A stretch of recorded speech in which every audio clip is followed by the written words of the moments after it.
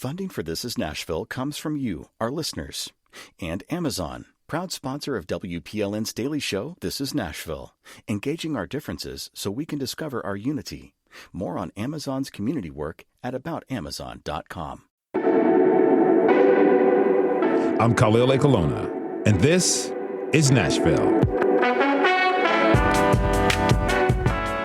There are almost 300 historical markers across Davidson County that commemorate an eclectic mix of Nashville history. Everything from the many breweries that kept Nashvillians hydrated throughout the 19th century to the Air Force Station in Jolton that was a part of the national network that monitored the skies for Russian missiles during the Cold War. But who can request a marker? And what is the process from idea to approval to placement?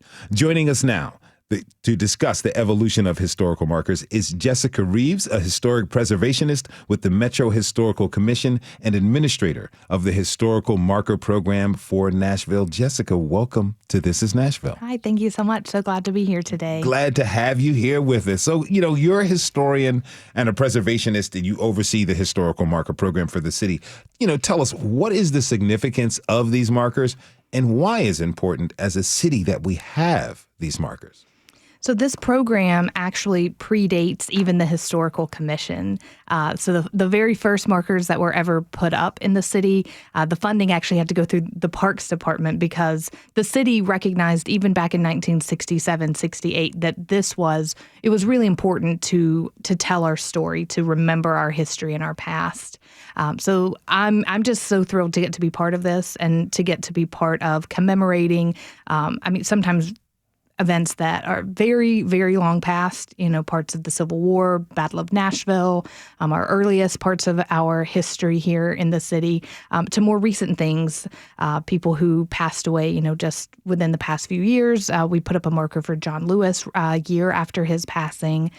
So it really covers the spectrum of our history and just shows how diverse the city is and how diverse our history is. Now, getting a marker placed could take some time and some money. Yes. But they kind of all start off with this idea first. Where do most of the ideas for historical markers, where do they come from? So most of the ideas come from the community. Like I said, when the program first started, there was, it was funding from Metro. That continued for a little while, and then I think in the 80s and 90s, the Metro funding sort of dried up. So the majority of the markers that are out there were paid for, thought of and paid for by private citizens, organizations, churches, schools, groups.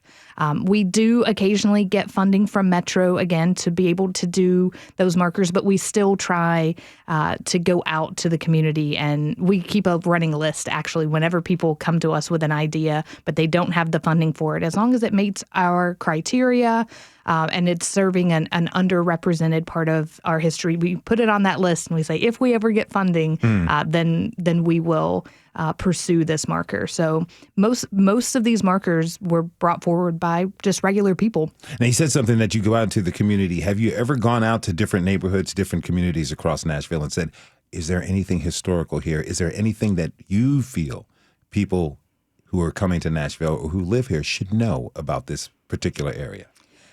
We haven't. No, I think that's something that I would love for us to be able to pursue because we don't have funding on a regular basis. Mm-hmm. We've never sort of gone out to pursue ideas from people. But back in 2017, we received funding from Metro Council for one new marker in every council district.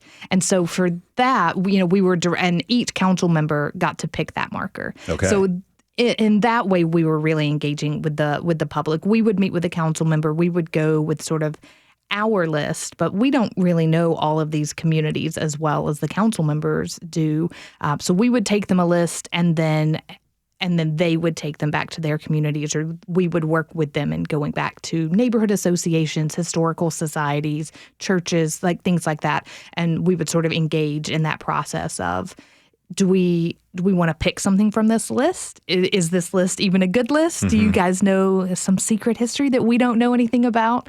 So that was a really fun process to get to know all of the different areas of Nashville's history. Now, each idea has to meet a certain criteria. and then go through a rigorous review process. Can you tell us what is the mandatory criteria for getting a marker approved, and who ultimately is responsible for funding that marker? Sure. So every marker has to show that it is commemorating something that is significant, and that only has to be significant to Nashville's history. As a historian, I can help sort of broaden that context and say, oh, I see how this connects to Tennessee or regional or national, trends or something like that. But you really only have to show like this person was really important to Nashville. Sir Cecil Creep is a marker that we just put up. Russ McCown, he was a local legend in Nashville. Of course, he is connected to a larger context of, horror shows that were on in the 70s and 80s, but he was important to Nashville. He wouldn't really meet like a state level criteria, but he was significant to Nashville. So that's a criteria you have to meet. And then everything has to be accurate, which makes sense for a historical marker. So we ask that people, when they submit their text, that they submit citations and source material for everything. So once the marker's up, if somebody has a question and they go, oh, I thought this happened in 52 instead of 53, then we can go back to our sources and say, this is what we have. Like, you show me your source, I'll show you mine, and let's figure out, maybe it's a difference of opinions. Maybe it started in 52 and ended in 53. Maybe they just got the date wrong. So we always want to be transparent about our information and where we're getting our information, but we want to be able to back everything up. Okay. And funding, you gave us some information about how it used to be funded by the city, but is it individual funding? Are the groups themselves having to raise the funds, or do you just mostly rely on the kindness of organizations? So sometimes an individual one single person will come forward and say, I want this marker and my family is going to pay for it, or I'm going to pay for it. Sometimes people will crowdsource the funding. We've had several markers in the past few years where, they put up a GoFundMe or something, and lots of people will donate to make that marker happen. Sometimes it will go through a more, formal organization process. But yeah, they're all mostly still funded by individuals and by private citizens. So it's truly a passion and a labor of love. Absolutely. Approximately how long does it take from start to finish, the idea to placement? So it can go pretty quickly if you have a good idea of what you want the marker to be. You don't have something really broad that needs to be, shaped and brought in. And if you have a very specific idea and you know exactly what you want to say, we only have 480 characters and spaces for a marker. That's not a lot. It's I ask people to send me 100 words. Okay. And I can help get them down to, it's about 80 words, honestly, 480 characters and spaces, depending on how big your words are. That's less than X. It is, yes. So I say, send me 100 words with your sources and your citations, and then I help them get down to the 480. Our marker committee meets every single month. So it's not like, there's some like big schedule you have to try to work into. But we just, once I have it, it goes to the committee that meets every month, then it goes to the commission that also meets every month. So the actual, as long as you know what you want and you have all of your materials ready, 1 or 2 months, I'd say, from the time you first contact me and say, hey, I have this idea, let me send you the text, to it actually being on the agenda for the commission and being approved. That's the fast part, honestly. Okay. And then it goes off to the manufacturer.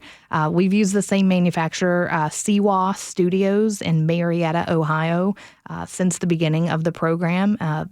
They make most of the historical markers across the country, honestly. They're a huge company and sort of a dying art of making these hand-cast aluminum historical markers. So they've been absorbing business from other places, had to shut down for a while during the pandemic, all sorts of issues. So it can take up to a year to get a marker from them. Wow. Just because they have such a backlog. They're all handmade. These are crafted. They are, yes. So they they used to not send like a proof. People would ask sometimes, can I get like a proof, like you would if you were having something printed? And I would just say, no, they don't do that. They have started doing that now. But that means they take a picture on the ground of the marker, like the metal outline of the marker laid out with each individual letter placed on there. And then they just like snap a picture and send it to me. And that's the proof. So we can proofread and make sure there aren't any typos or anything. And then they pour the mold. So it's intense. It's a really wild process. I imagine a typo would be most unfortunate when you're hand casting something from aluminum. But I have a question about the language that's written. So they only have a certain amount of characters. You said averaging around 80 words, depending on the words that you're using. How careful are not only the folks who submit these ideas to you with their language, but how careful are you as you go about really explaining and describing what this marker means and its significance? Yeah, language is everything when you're working with so few characters and words. So that's why I ask people to send more, say 100, because that tells me, it gives me a better idea of what it is that you want to say. And that helps me to combine things or, sometimes we'll say, all right, you've listed 5 things that this person did. We can add 3 of them. Like pick which of the 5 is the most significant to you, because, you could add any combination of those events or criteria, and it would tell a different story. So it is really about being specific about what it is what are we trying to convey about this person's life. And that means that we have to leave off other information every time, unfortunately. No one's life is only 480 Not characters. at all. Do you see a future where there's like a QR code on these? For sure we do. So we actually have a program that the Metro Historical Commission Foundation, so like our government department's friends group started, called Nashville Sites. That's all self-guided walking tours, and a lot of them play off of the markers themselves. So some of them have QR codes already that say Nashville Sites. But yeah, we are absolutely thinking about adding QR codes to all of the markers that say, like, basically, here's a short little synopsis of the history. Scan this QR code, learn more.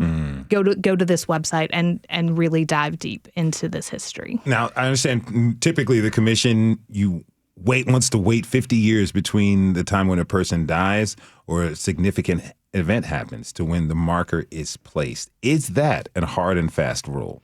Definitely not. That's one of our guidelines. It's just like the National Register of Historic Places. You'll hear sometimes, preservationists or people who work in preservation will talk about the 50-year rule. That's where we got it. That's where it came to be in our guidelines as well. It is just a guideline, though. It is not something that absolutely has to be. Hard and fast rule can't be a person who's living. Okay. For sure. Just that can't happen. The commission has said that's a no-go. But 50 years is a softer rule. It's a guideline.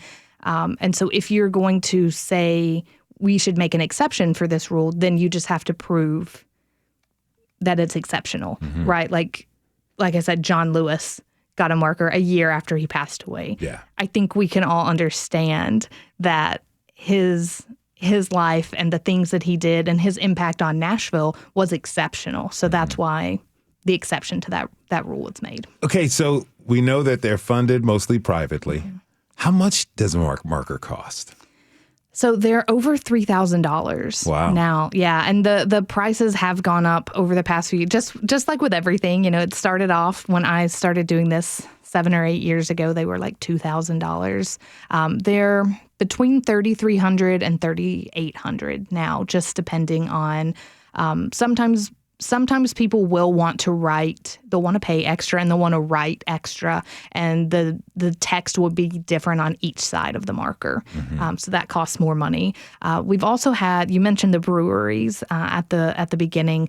Several of those are all funded by the same person with a passion for Nashville's beer history. Okay. And a lot of those have a photo on one side of the marker. So you'll have text, and then there will be a photo, either a rendering of a building or a person associated with that brewery or that event or whatever. So that's something that's kind of cool, especially if a building is no longer standing. It is nice sometimes to be able to say, this is what we're not just describing it, but here's a picture. This is what it looked like. And it's just a photo that's printed onto metal and then welded onto the side of the marker. It's fascinating. If you're just tuning in, this is Nashville, and I'm your host, Khalil Ekalona. We're talking this hour about historical markers in Nashville. My guest is Jessica Reeves, a historic preservationist with the Metro Historical Commission. All right.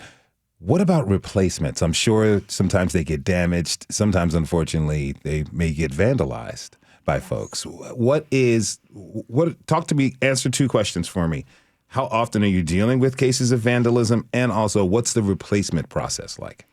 So we deal with replacements either due to vandalism or theft or damage all the time, just constantly.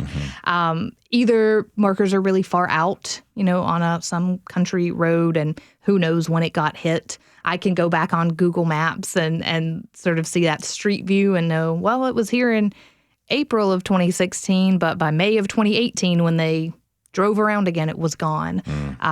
Sometimes people will let us know, the marker down the street isn't there anymore. I think we have 5 that I'm thinking of right now. One that I thought was maybe only temporarily missing. I think we confirmed today it's missing. And permanently missing. Like, look, I understand when I was younger in college, people would try to take stop signs or street signs that they thought were cool, hanging up in their dorm room.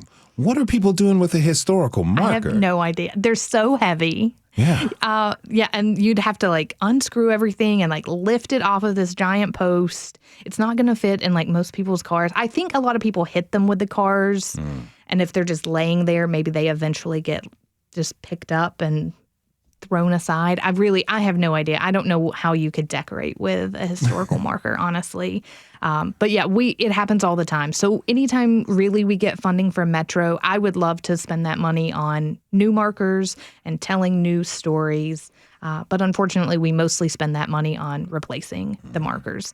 Most of the time, if it gets knocked off and it's broken across the bottom, we can sometimes repair it for a couple of $1,000s. But if it's just totally missing or there's a big crack running up the marker, it's just the cost of a new marker again. So it just goes right back into the queue. And then that marker is down, for 6, 7, 8 months while we reorder it and it's shipped to us again. And so it's just it's the same process, but sadder this time. A little bit, but joyful once it gets Absolutely put back up. What are some of the more recent approvals? What is coming down the line as far as historical markers in the city? For sure. Let's see. We just got a shipping notification today for a marker called Professor Bailey.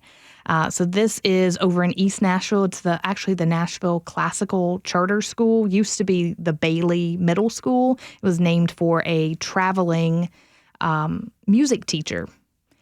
So his family came together, wanted to do a marker for Professor Bailey, the music teacher. So that marker will be going up in the fall. Cornelius Ridley, the basketball coach over at Pearl High School, now MLK, that marker was approved a few months ago. That'll also be probably end of the year, early spring, I'd say. Okay. We worked really hard to get a marker for the Battle of Nashville, the USCT, the U.S. Colored Troops attack at Peach Orchard Hill. So that was a very specific sort of part of not just the Battle of Nashville, but the battle at Peach Orchard Hill, which already has a marker. But this was specifically about the U.S. Colored Troops who fought there. And we worked to get that ordered so it will arrive in time for the 160th anniversary of that battle which is happening in December. So that will be happening later this year as well. All right. Now, the Historical Marker Program has been going since 1967, but unveiling ceremonies that take place now are relatively a new addition to the entire process, I understand. How did the ceremonies start, and what were some of the biggest ones that you've seen? So the ceremonies go back to that funding we got from Metro Council. So basically that said, everything on your priority list, all of those missing markers, all of those damaged markers, all the ones that we do know have typos, you can replace all of those markers. But also every council member gets a new marker. So every council district will now have a marker. There were only a few council districts that didn't have a marker at that time, but now they all do. And that was one of the things that came out of that program. But that is where the ceremonies came from, really. Before that, there would be occasionally somebody would want to do a little ceremony or something. But this was really the council members wanted to, thank their constituents for helping to choose the marker topic, or, just sort of celebrate something that they were doing for their communities, for their districts. So that is really where the idea for an unveiling ceremony took off. And of course, then people who are privately funding markers, also, they're like, well, everybody else is doing a ceremony. Of course, we want to do a ceremony too. So it just sort of snowballs and it just builds on itself. So now everyone expects it. Just when you get a marker, it arrives, we put it in, it's covered up, and then they plan and we help, sort of promote any sort of ceremony that they want to do. Sometimes it's just a few people, close family, friends, people from the neighborhood. Sometimes it's hundreds of people. Yeah.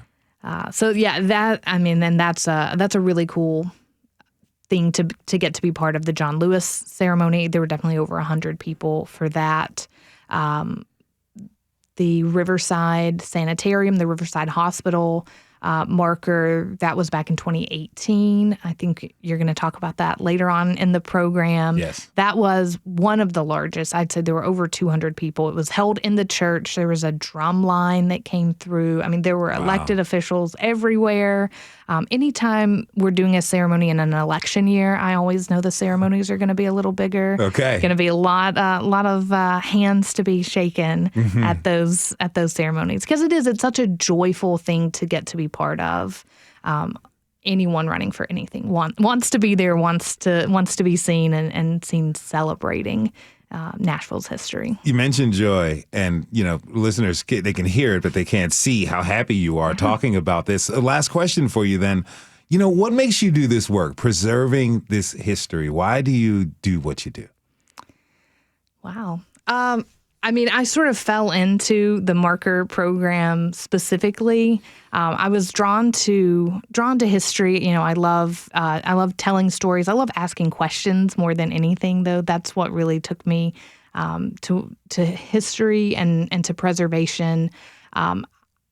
When I was looking for jobs when I was in grad school, I interned at the Historical Commission, and I just really liked that every single day was different. It's not like I have one specific job. Even if my job was just markers, I guess it would be different enough, but I think it would still get a little boring. This is only one of the programs that I oversee, so I like that every day is different. I like that I'm always out in the community. I'm always out talking to people. Those are my favorite things, and I'm getting to share stories with people. Yeah. Jessica, thank you so much for being here. Thank you.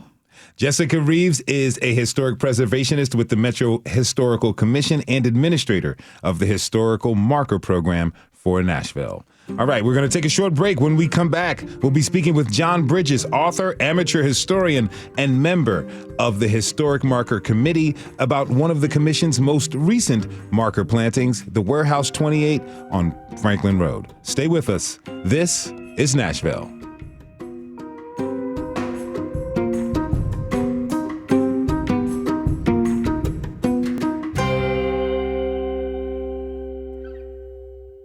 Funding for This Is Nashville comes from you, our listeners, and Music City Prep Clinic, Nashville-based provider for PrEP and offering comprehensive sexual health services in an environment designed to be safe, professional, and shame-free.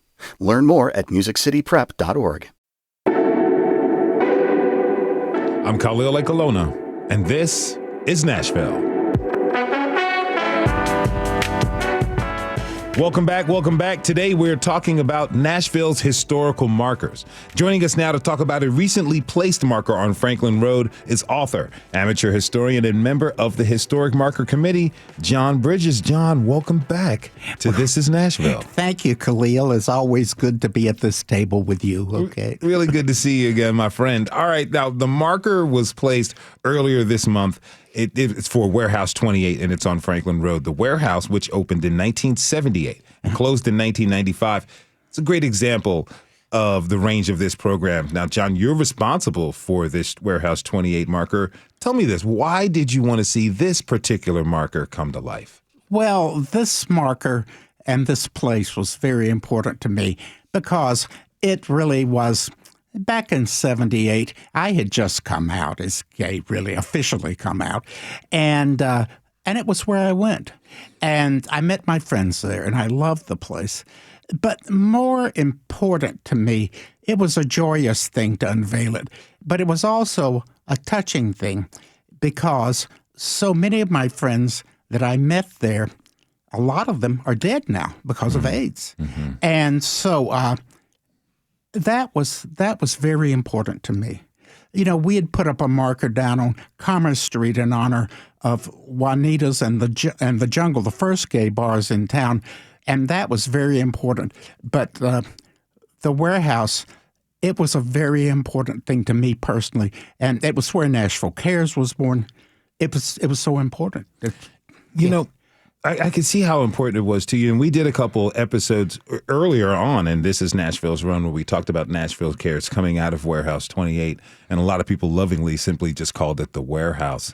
You met your friends there, but what was it like? What was that environment like for people, particularly like a young man like you were who just came out to the world? Yeah, well, I was young back then, you know. You'd walk in. It was dark. It was at night all the time. There weren't any happy hours there. You know, it was after dark. And you'd walk in. And I remember the first time, I sort of remember the first time I was there. I went in and I was a little, not really apprehensive, but I was a little confused as what I was going to see. But, you know, you'd look around and see people like you. It was basically a man bar, you know. And you'd look around and you see people like you, and, you know, and you went with a friend. They'd introduced you to other friends, and you just networked there. And you know, and there were, at the warehouse was a beautifully designed place. The bars were over to the left side when you came in, and then you stepped down into the dance floor. And there was this bar, this wall around, and you would stand there and watch the dancing and have your cocktails. It was a good place. It really was. It was well designed. It was kind of swanky, I guess. Legendary. Well, it is legendary now. It is legendary, yeah. Okay, just a couple years after the warehouse opened, the first cases of AIDS were reported around 1981. And a few short years after, it was become a full-blown epidemic. As the decade went on, the warehouse filled a large and lasting role for Nashville's response to the epidemic. We have a clip that we're going to listen to. Let's take a listen. Mike Wilson and Steve Smith, they were the heart and soul of the Warehouse 28. The 28 in the name was a reference to the owner's June 28th anniversary. They were strong proponents of gay rights and set out to create a place for everyone to have fun. There was a lot of straight people. They wanted to dance. I don't know. There was resistance. When the Warehouse 28 first opened, it got firebombed. But the community just came in, they cleaned the thing up, and it was open again. It's like with anything, you know, we just live our lives. It was in the midst of the early 80s. Something was happening in the community. It was something that wasn't yet getting much talk on TV. By 1982, the CDC began calling it AIDS. You know, our friends were dying.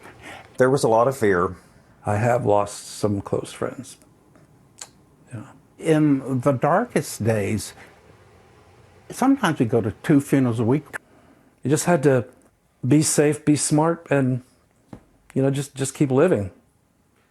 The people at Warehouse 28 knew this. And if nobody else is going to help us, we just have to do it ourselves. Led by Steve and Michael, they began raising money through drag shows and auctions, which in 1985 played a key role in the creation of Nashville CARES, an HIV/AIDS service organization still in Nashville today.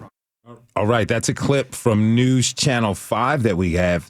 John, the unveiling ceremony for Warehouse 28 happened earlier this month, and I'm sure you felt a sense of accomplishment and joy, like being a part of it, to a place that meant so much for you and your friends. It's recognized as historically significant.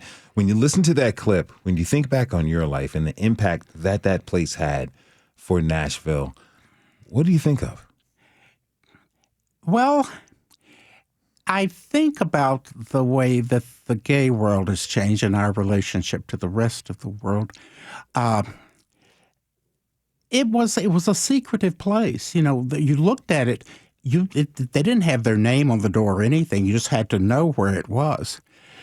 But it really was. It was a great dance bar, and there was no place for anybody else to go to dance. And everybody would go there and dance, straight people and everything. And in the wake of the unveiling of the marker, straight women came up to me, every day for a week, said, I used to go there and I felt safe there, which was an important thing to women back then. But still is. Okay. And the warehouse, it was central to my life, but it was central to the life of a lot of the other people. And I think we need to mention specifically Steve Smith and Michael Dolly Wilson, who were the guys who actually started the warehouse. Mm-hmm. And CARES was born there, but there were also fundraisers, organizational meetings going to other people's houses, and the two groups worked together. It was a cooperative thing. It was great, and I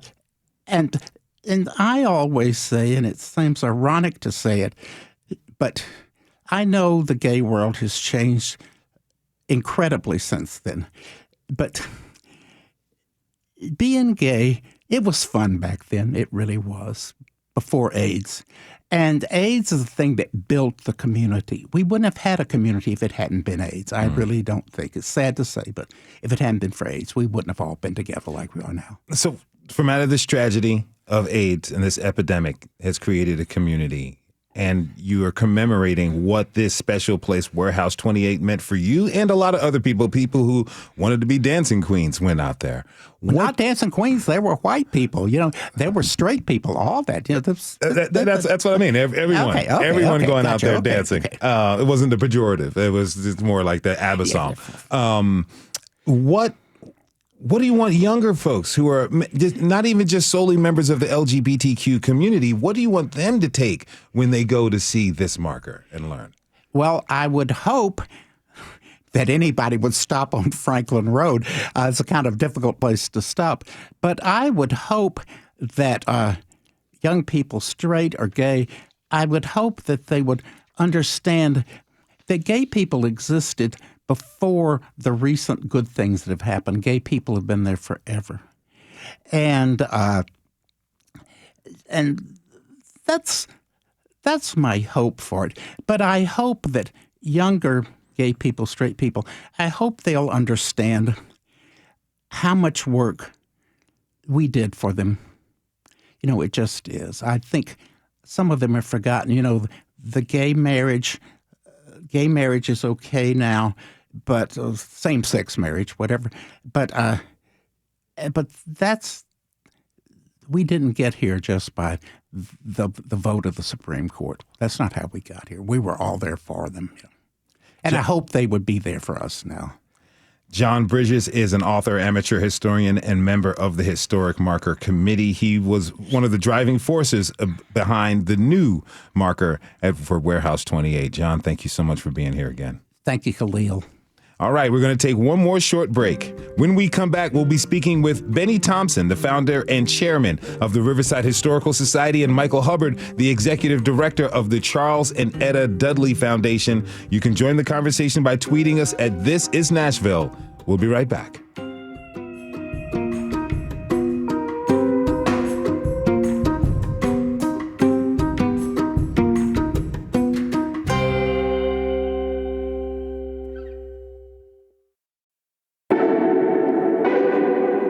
I'm Khalil A. Colonna, and this is Nashville. Today, we're talking about Nashville's historical markers. Now, in 2017, the Metro Council earmarked money in the budget for a historical marker program to specifically have at least one marker in every council district, and also to increase the number of markers honoring underrepresented and marginalized communities. Now, you may have heard, if you listened from the earlier of the show, now each district does have a marker, but in 2018, a rare double-sided marker honoring Riverside Hospital and Dr. Dorothy Brown was placed to reach that goal. Here's a clip from the ceremony honoring that marker. People gathered for the unveiling at the Riverside Chapel Seventh-day Adventist Church. Those who worked at the hospital were honored, including Dorothy Brown. Brown was the first black female surgeon in the South and became the first black female to serve in the Tennessee General Assembly in 1966. Her daughter was recognized. The white hospitals were not accepting the black doctors. And the reason I know that is because my mother had applied to Vanderbilt Hospital at one time, and they refused her. But then when she made a name for herself, that's when they decided they wanted her to be on their staff. And she was able to refuse them. The marker was erected by the Metropolitan Historical Commission for Nashville and Davidson County. Thanks for that clip from News Channel 5. Now, joining us now to talk about that, a double-sided marker commemorating Riverside Hospital and Dr. Dorothy Brown, is Bennie Thompson, founder and chairman of the Riverside Historical Society, who collects and curates the history of institutions that make up the Riverside community. He's joined by Michael Hubbard, the executive director of the Charles and Etta Dudley Foundation. Gentlemen, Bennie, Michael, welcome to This Is Nashville. Good to have you here. Thank you. Good Thanks. to be here. Glad to be here. Glad to have you both. Okay, so the marker commemorates the Riverside Sanitarium or hospital and Dr. Dorothy Brown. And it's located just a mile from the very first marker that was ever planted in 1968, the Heaton station marker. But that tells a very, very different story. First, Michael, tell us where Riverside is. And is it considered a neighborhood or simply an area within North Nashville?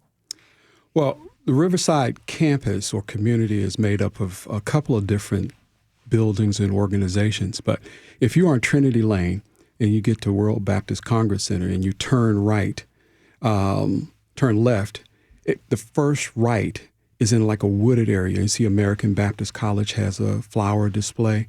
Mm-hmm. You go through the wooded area, and you feel as though there's nothing back there. Then all of a sudden, it opens up, and you'll see Riverside Seventh-day Adventist Church to your left, the Charles and Etta Dudley Foundation to your right, a conference office, and then the new conference, South Central Conference office is there, and then what was the Riverside Sanitarium and Hospital would be on down to your left. And if you keep going, we also have the F.H. Jenkins School. So would you call it a hidden gem in the city? Area. I would call it a hidden gem, and it's exciting to go and realize there's something back there. And if you don't go back there, you probably would never see it. But once you get there, it's like, wow. Mm-hmm. Now, the marker commemorates the Riverside area, used to be complex or campus that included Riverside Hospital, as it was known back then, or the sanatorium as it was known back then, pardon me, the Seventh-day Adventist Church, the Riverside Hospital Nursing School, as you mentioned, and the F.H. Jenkins Elementary School, now known as F.H. Jenkins Elementary and Preparatory School. Now, the other side of the marker I'm interested in, it commemorates the sanatorium, which opened in 1927 and closed in 1983. And the other life, the life of Dorothy Lavinia Brown, pardon me. She was born in 1919 and died in 2004. Bennie, I want to start with Dr. Brown. Mm-hmm. She sounds really amazing from this clip that was played. Who was she? And tell me more about why she was historically significant. Dorothy Brown was a very special lady, and she grew up in an orphanage, and she eventually went to college at a school in the South, Bennett College. Finished there in 1941. Ended up at Meharry Medical College here in Nashville because she always wanted to be a doctor.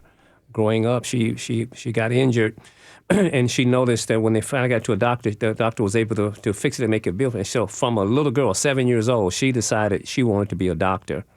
And she was only the third black female in America to be made a certified board surgeon, the first in the South.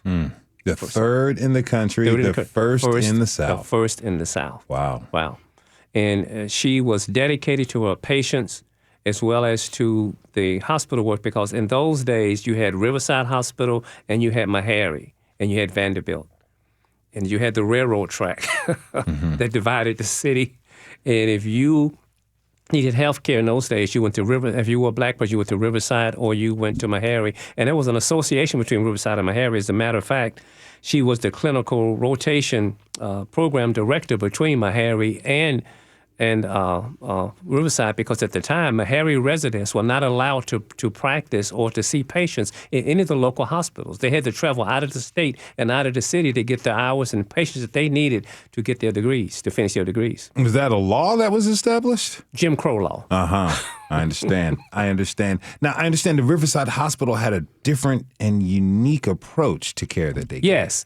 Being a part of the Seventh-day Adventist religion, there's a great emphasis on health care. On about 40 to 50% of Adventists are vegetarian. There's a group of vegans. And Riverside Hospital was such a draw that people from all over America, black Americans, Adventists and none, would actually come to Riverside to have their babies and to get treatment, because it was more like a resident. It was a hospital and a sanitarium. The sanitarium piece is where you treat people who have chronic diseases or who need rest.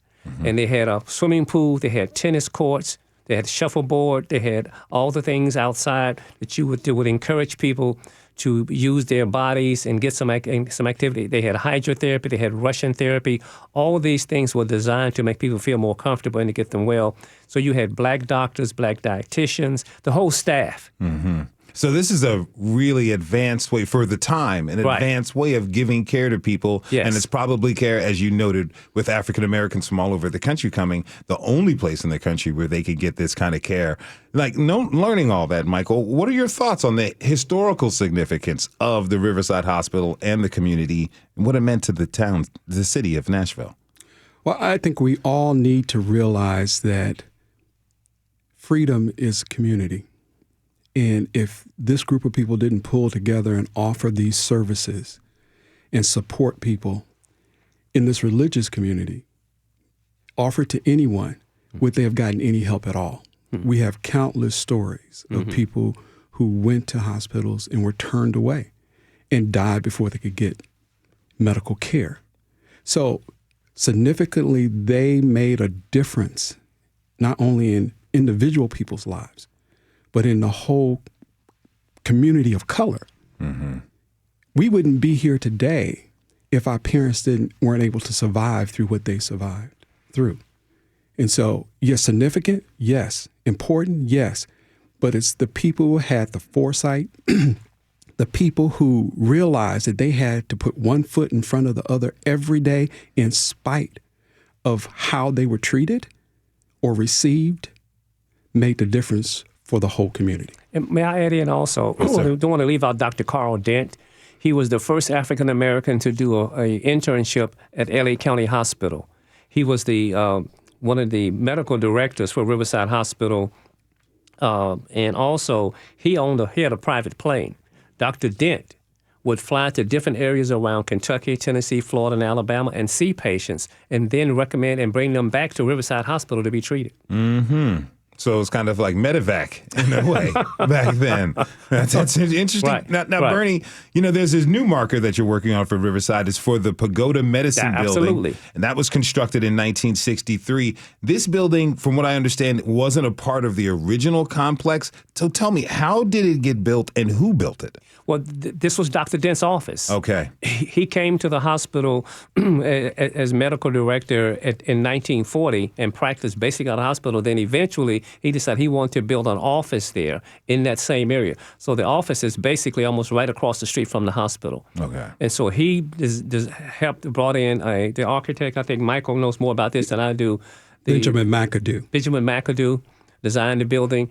And what they've done recently is the building had fallen in disrepair. The Charles Etta Dudley Foundation, the building is being renovated now. And we're going to have an opening of the building sometime in August, we hope. Mm-hmm. And we're planning now for a marker for that building to commemorate what Dr. Dent did in the community, as well as that unique building. Because when you see it, you will see how the different structure is. There's nothing like it in Nashville. And if we could continue about the community part, Dr. Dent worked with Benjamin McAdoo, who was the first African-American to graduate with an architectural degree from the University of Washington. Met him while he was at Loma Linda University in Southern California. McAdoo fell in love with his sister. Oh, okay. Became family. But McAdoo all by himself was such a great architect and a civil rights figure, not only on the West Coast, but all over the country. And because of that connection between them, they came together to build this Pagoda of Medicine. And the Pagoda of Medicine, or the Temple of Medicine, the place where people could go to be healed. Mm-hmm. I'm looking at a picture. One of my producers sent me a picture. And Bennie, you said it's unusual that there's no other building in Nashville like it. And from what I can see, it does not look like the typical building where people go to get medical care. It does look something like a spiritual place for healing, or a really cool old school movie theater in a way. Like talk to me about the design and what sets it apart and makes it different from other buildings of the same nature. That curved roof line, it gives you that Asian look. You think you're somewhere in the mountains in Japan or somewhere, rather than sitting in Nashville, Tennessee. And I called on Dr. I was a professional pharmaceutical rep at the time, so I met him at church as well and saw him as a professional. I went to that building lots of times, and to go in there, to be welcomed by that staff, and to see the professionalism that was there and the care they gave the patients, it was legendary in Nashville. Legendary. Have either one of you had the opportunity to talk to someone who's received care from Dr. Dudley's facilities or the hospital themselves? What do they have to say? Well, first, let me go back. Dr. Dudley was the president of the South Central Conference and also the chair of the board for the hospital. And so they had not only a friendly relationship, but they also had a business relationship.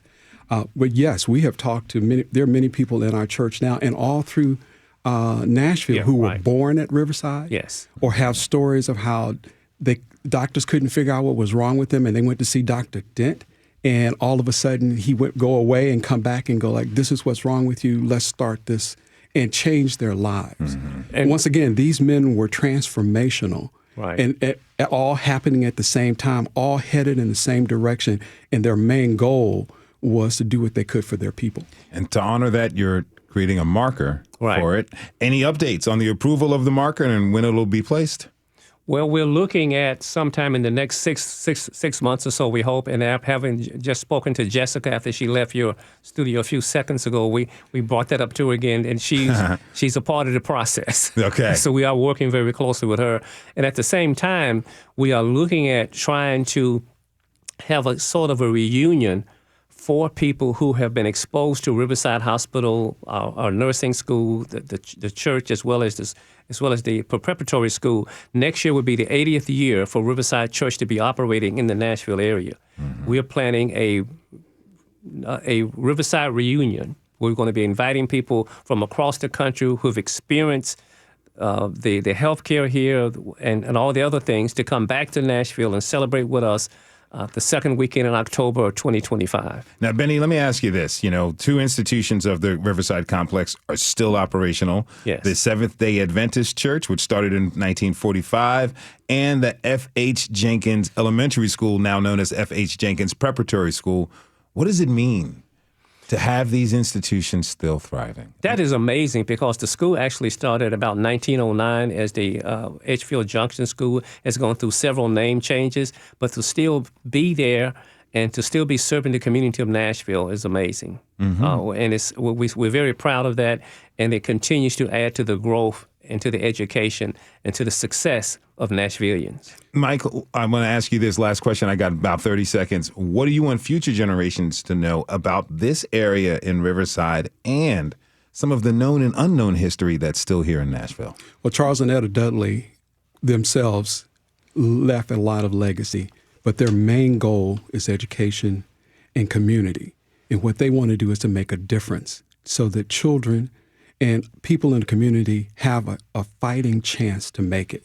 So the Charles and Etta Dudley Foundation, along with the Riverside Historical Society, are connected, and we support each other, and we're all working toward making sure that this history continues. I want to thank you both so much for coming on to the show. Bennie Thompson is the founder and chairman of the Riverside Historical Society. They collect and curate history of institutions that make up the Riverside community. And Michael Hubbard is the executive director of the Charles and Etta Dudley Foundation. Again, gentlemen, thanks to you both for being here. Really appreciate it. Thank you. Thank you. We enjoyed it. All right, and thanks to you for tuning in this hour. This is Nashville is a production of Nashville Public Radio. Today's episode was produced by Mary Mancini. It was directed by Tasha A.F. Lemley. Our technical director and board operator is Liv Lombardi. The masterminds behind our theme music are LaRange and Namir Blade. You can listen back at thisisnashville.org or wherever you get good podcasts. The conversation doesn't end here. Tweet us at This Is Nashville. Find us on Instagram and tell us what you want from our show by filling out our quick survey online. You can also call us to leave us a message at 615-760-2000.